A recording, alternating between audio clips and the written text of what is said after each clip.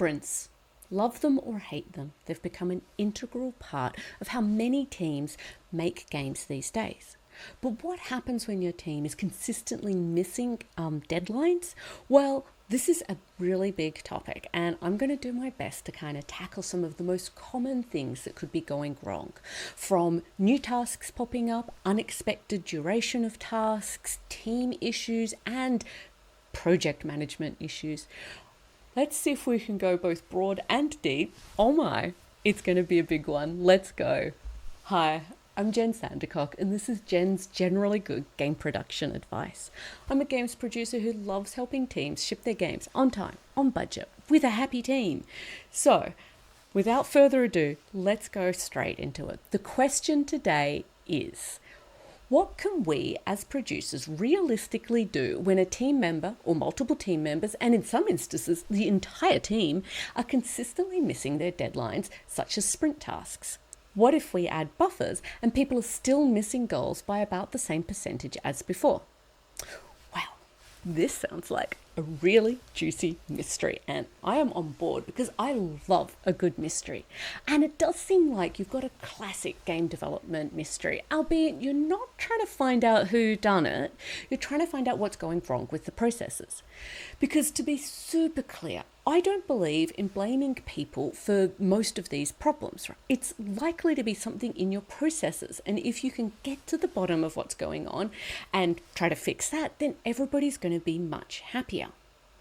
What I do find super fascinating is the second part of the question about buffers not changing the situation. If people don't know about the buffers, then why are they taking so much longer to do the same tasks? Super curious, and I have no idea why it could happen this way. And if the people do know about the buffers, well, that could just be because then people try to fill up all the available time that they have and then misjudge and go over in the end. For our topic today, I'm going to focus on sprint deadlines, which can be controlled by the team a lot more rather than milestone deadlines, which often will have external stakeholders coming in and making things even more complicated. But things are super complicated, and I'm barely going to scratch the surface of what could be going on and ways that you can fix it. So it's probably going to be a long video. Let's get into it. Stop talking about it. All right, most common categories of things, reasons that sprints could and deadlines can be missed. 1, new tasks appear. 2, individual tasks take longer than expected. 3, team or team member issues. 4, project management issues. We're going to look at each of these issues in detail, and I'll talk about what production can do in all of these different cases. And likely what's going on is probably a combination of all of these, so you may need to mush-mash a thing together like a Frankenstein monster. I don't know. Pick and choose what's going to be right for your team. So, number 1, new tasks appearing. In this case, people could technically fit everything that they have committed to into the sprint, but then new tasks just pop up in the middle of the sprint, so suddenly the team can't seem to finish what they've planned. If this is happening to you, you've got to look at what types of tasks are popping up. Are they subtasks of bigger tasks? This might indicate that the task wasn't spec'd up well enough. And if you find this, maybe stop work on the task that's being done and wait until it's fully spec'd up better. That could involve having a dedicated speccing task to predict what the subtasks are and to understand the full scope better. Are these new tasks due to things external to the team that are popping up, such as demands from publishers, players, or higher up stakeholders? This can be super hard to manage, and I don't feel like I could do it justice in a short video along with other topics as well, so I won't. I will say that keeping a realistic risk register can really help here. A risk register aims to predict the unpredictable and create mitigation plans so that when a risk occurs, you know exactly how to handle it, and sometimes helps you avoid that risk in the first place too. Usually risk registers focus on big picture tasks that affect major milestones. However, you can create a micro risk register that just looks at what's coming up in the sprint and try to keep track of those things and also try to predict what might happen in the next future sprint. And that way you could possibly allocate some explicit buffer time to allow for that risks. So once you know what type of tasks are popping up, then you need to consider do these tasks need to be finished in this sprint? If they don't, then you probably need a better triage system so that you can push some tasks into future sprints. So that might mean that when incoming tasks come in or new things pop up, they go into a single bucket and production can triage them during the sprint. Others don't need to see them unless they're finished with their other work or what has come in is high priority. That way you can shield the team from these tasks entirely so they don't get distracted, but also be warning with that because it can come across as being a little too controlling. If the new tasks coming in do need to be done this sprint, then you can kind of tackle it from two different perspectives. One option is that when setting up your sprints, don't fill them up with all of the known tasks. So don't fill up the allocated time with this is how many tasks we have and this is how long it will take. You could leave 1 day, 2 days or more to deal with these unknown tasks. You could even explicitly schedule those random tasks within your sprint plan. You could call them things like random 1, random 2, and so on. And then during the sprint, when something pops up, it gets fitted into that slot. So random 2 could turn into fix animation of Jane NPC. Another way to tackle new tasks is to predict risks register. So recognizing when what you're doing is risky and that might generate new tasks. So back to that risk register. Number 2. Individual tasks take longer than expected. This could be because they're new task, and in this case, the task takes longer than expected because you've never done this before, you don't really know how to predict it, and you're not really sure what's going on. So to handle this, you should experiment. Maybe try out different pipelines, break down tasks into smaller chunks that aren't longer than a day's worth, time box the tasks. That is, say, in this sprint, we'll spend X hours on this task. If the sprint is not finished in that time, then at the next sprint planning, discuss it and figure out how much time will be allocated in the next sprint. You can also try to consider whether the task has any similarity to previous tasks. You're going to eventually use the past history as soon as you've completed just one of that type of task to find out how long similar tasks are going to take. The first time is obviously going to take the longest, the second time slightly less, and then so on. Eventually you're going to work out a system for this type of task and then you'll be able to accurately predict how long it takes. But what if the majority of your tasks are new tasks? Well, then you're probably not in production and you're still trying to figure out what to do. So trying to predict what's going to fit into a sprint is just going to make you go a little bit crazy. So you're probably always going to be wrong. I'm going to discuss this a little bit more later on. Another reason that tasks could take too long is because you've got a non-optimized asset creation pipeline. So how are your assets actually being created? Does everybody know all of the steps? Follow through the entire process from idea through to in-game asset. Ask respective departments how they do their work. As a producer, you could do this on your own by talking to people individually, or it can be super useful to do this as a team, since another department might see something that they could do to support someone else. Maybe that's an automation, maybe it's, oh, I could just do that before I hand off to you. You're looking for anything that might be able to be done to just speed up your process. Tasks may take longer because you don't have all the information that is needed to complete them. This has already been partly covered, but I'm talking here about the case where some department, possibly design, hasn't provided all of the information needed for someone to finish their task. When this happens, people don't know what it is that they're agreeing to finish within the sprint, or they get partway through the sprint and then realize that they're blocked and need to wait to hear from another department before they can continue. In this case, it's important to make dependencies clear. So the task shouldn't be started until all of the relevant information has been gathered.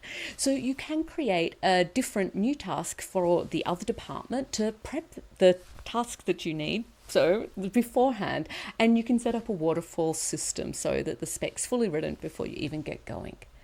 Another reason that tasks take longer than expected is people don't actually know what done is. So they spend too long polishing the task. So are you creating final assets, or is it just a sketch? There is a massive range of what done might mean for these tasks. You should set expectations of what degree of done looks like for this phase of development in general. Many people don't want to call it done when it's not perfect, but if you tell people you're going to come back to it, it can help them get over the fact that, oh, this is unfinished and isn't great. Ideally, you're going to have time to come back to these assets multiple times to do passes and more polishes. And also, sometimes when you come back to do that polish pass, after a break from the assets, you actually realize that they're kind of fine and you don't need to do that. So look, you've just saved yourself a bunch of time. Number 3 big reason, team or team members are having issues. So this can be quite complicated because it gets quite personal, and it's very easy to go into a blame game here, and that's not really helpful at all. So one of the components to this is your team size may be unsuitable. So do you have the right number of people in your team? Too many might mean there's too much overhead and communication isn't clear. Too few might mean that you'll never finish what you are trying to do into a sprint because you just don't have the people power, man hours. To fix this, consider what each person's role is on the team and how essential they are and how big their workload is. Another component to team issues could be pipeline related. So I've already mentioned pipelines a bit and finding out ways to optimize them. This point is just another facet of that same kind of conversation. So is somebody a bottleneck for your processes or processes? If so, figure out how can you support them. Can you change the pipeline? Can you hire somebody else to also do that work? Can you reduce how many assets need to use this pipeline? Another team pipeline issue could be whether people know who to send their tasks to next. Are tasks just getting stuck in some weird limbo? Make sure it's clear what to do when they finish their part.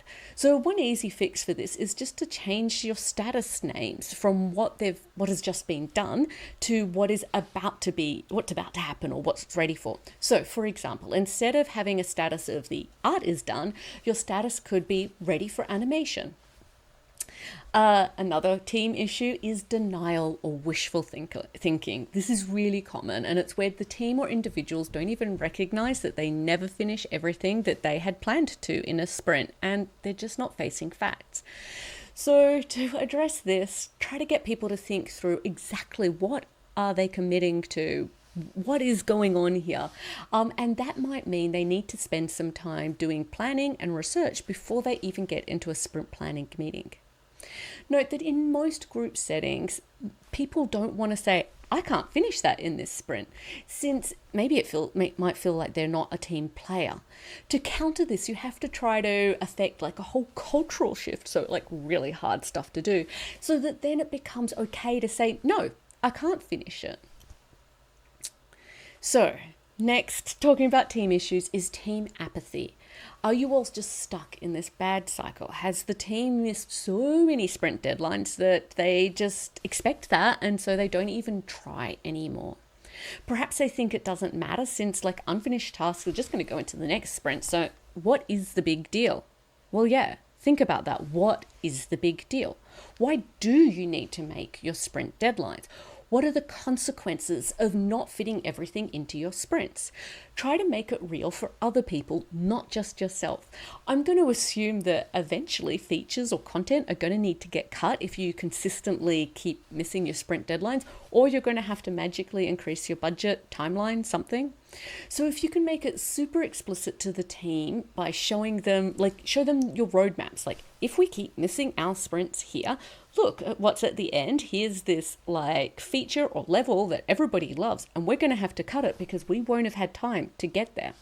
Another team related issue is the team doesn't like each other. Are there simmering tensions, open bickering in group meetings? Are some team members just ignoring what other departments need or want?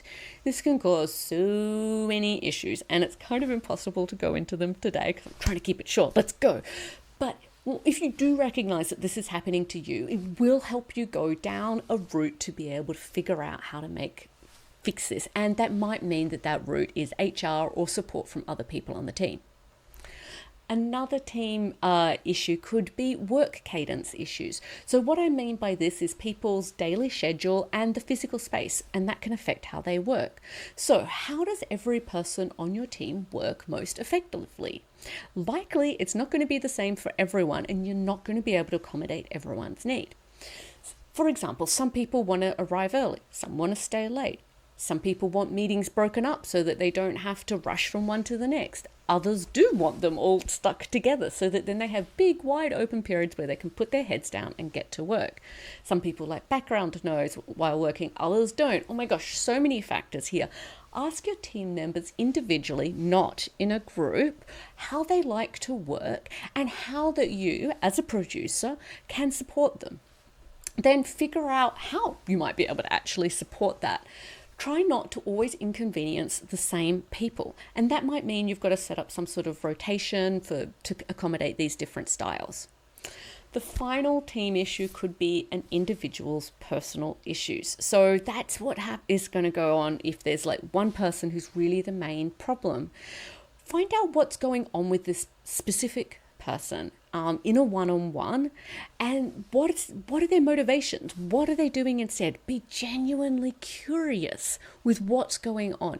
Maybe they've been hiding a sickness. Maybe they're solo parenting. Maybe there's something else that's external to their team going on. Maybe it is something in the team. Maybe they don't like the type of tasks they're doing. Maybe they feel like they're not being listened to. Whoa, so much could go on here. Find out what's happening to them, and then hopefully that will help you figure out how you'll be able to find a path forward to help them out. Number 4, project management issues. So this final bucket of reasons is kind of a catch-all for all of the things that I didn't have before. So first up, time prediction issues. So there are many different ways to predict how long a task or group of tasks will take to finish. Whatever your system is, make sure you predict the time lost to meetings, illnesses, and so much more. The estimates of how much people can get done in their day can vary so much from like 60% to 90% or whatever, and it depends on the person and their role. It is never 100% though. You are never 100% effective. So if somebody estimates that their tasks are going to take the exact same amount of days as there are in the sprint, highly unlikely that they'll finish. You should be using past history to help gauge your future sprints. So regardless of how you estimate sprints, try to turn that into a single number that represents the amount of time work done for a sprint and note that down. At the end of the sprint, check back and figure out what the single number is of how much they actually finished. Over time, this history will help a person understand when they're being too ambitious. Big caveats here. This should never be seen as a competition. How people make estimates is personal. So if one person who finishes with a 20 score might have completed the exact same amount as somebody who had a score of 5. So due to this, try to keep those numbers private so they're just for an individual to help them learn how they work and so how they can make their estimates.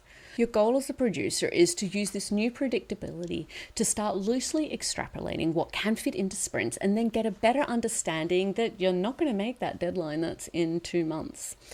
Time predictions definitely get into that sticky second part of the original question about buffers. I said before, you can lie to your team about when something is due, but if they catch you out in that lie, then they're never going to believe you, and then they're just going to get back to exactly where you were. You should use buffers for long-term planning, but I would personally be very cautious to use them in sprints. It's better just to encourage people to put a lot less into sprints or reduce sprint duration to help people focus.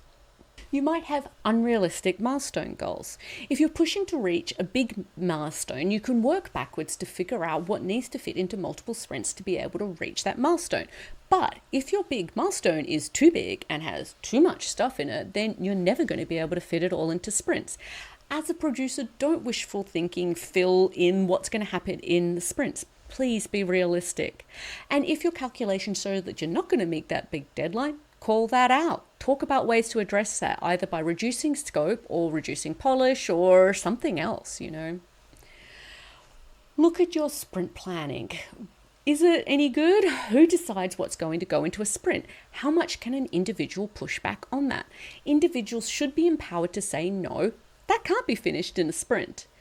Is there enough time allocated to the end for all of those end of sprint routines? You can adjust the official duration of a sprint so that there is explicitly one full day for wrap-up and startup tasks. So, for example, if you have a 2-week or 10-day sprint, change it so that it's 9 days. And if everybody's in the same time zone, you could set up sprints to finish Friday at lunch, and then the new sprint won't start until Monday at lunch. So with that extra time, you'll do retrospectives to learn what went well in the last sprint, and then you can do sprint planning per discipline so that each individual gets time to really look at what they're committing to and agree to that. You can also use that time for kickoff meetings for new features or content as well. Another way forward could be setting some tasks as bonus tasks for the sprint. That is, you set aside, these are the core tasks that absolutely have to be finished, and it's a small amount that really is probably could be done in half the amount of time. And then you have a few bonus tasks that maybe don't get there. In this case, as a producer, you're going to get predictable amount of tasks finished every sprint, and it's going to help people feel that sense of accomplishment for, hey, we actually finished what we said we would in our sprint. You might have decision-making issues. So if decisions aren't being made well, it can suck up team time in meetings, cause work to be blocked, and in really bad cases, it might cause finished work to be thrown out. So are your meetings efficient? Are decisions getting made in a timely manner? If not, look at improving your meetings.